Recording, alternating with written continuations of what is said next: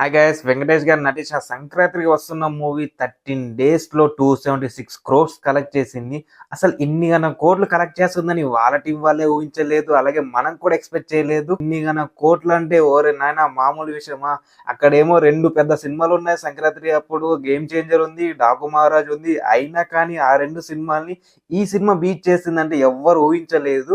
కానీ ఆ రెండు సినిమాలలో కూడా డాకు మహారాజ్ అయితే చాలా బాగా ఆడింది, కానీ గేమ్ చేంజర్ అయితే ఆడలేదు. అది ప్లస్ పాయింట్ అయింది ఈ సంక్రాంతికి వస్తున్న మూవీకి. ఈ సంక్రాంతికి వస్తున్న మూవీ ప్యూర్ ఫ్యామిలీ ఎంటర్టైనర్, అందుకే ఇన్ని గణం కోట్లు కలెక్ట్ చేస్తే ఫ్యామిలీ ఆడియన్స్ అయితే బాగా ఆదరించారు. అలాగే మిగతా ఆడియన్స్ కూడా అందరైతే చాలా బాగా ఆదరించారు కాబట్టి అందుకే ఈ సినిమాకి ఇన్ని గణం కోట్లు కలెక్షన్స్ వచ్చాయి.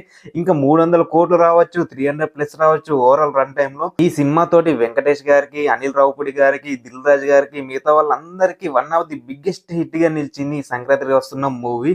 ఈ దెబ్బతోటి ఇంకా సంక్రాంతి విన్నర్ అయితే వెంకటేష్ గారు అయిపోయారు. మీకేమనిపించిందో కమెంట్ చేయండి ఈ సంక్రాంతికి వస్తున్న కలెక్షన్ చూస్తుంటే.